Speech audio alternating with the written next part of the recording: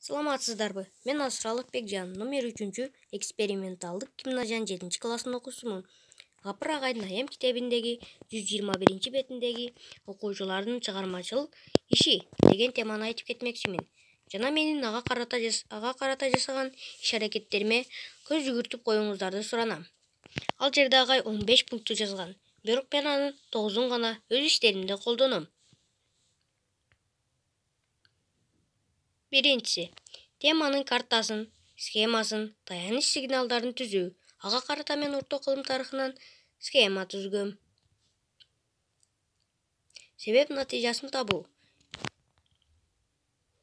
Мен адабият сабагынан себеп натыйжа тапкан. Мисалы, орустардын келүүсүнүн себебинен натыйжада кыргыздарда сабатсыздык жоюла баштады.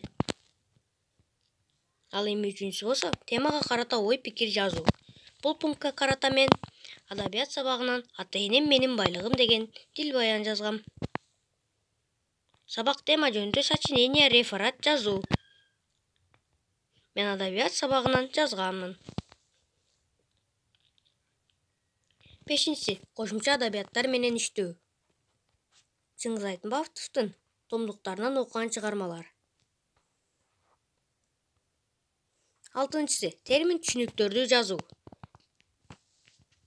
Бул жерде мен адабият сабагынан жазган түшүнүктөр. Жетинчиси, сүрөт тартуу. Белгилүү орус акыны Афанасий Афанасьевич Феттин сүрөтүн тартканмын. Сегизинчиси, далилдөө. Далилдөө ооз-эки болгондуктан жазган эмесмин. Тогузунчусу, проект түзүү.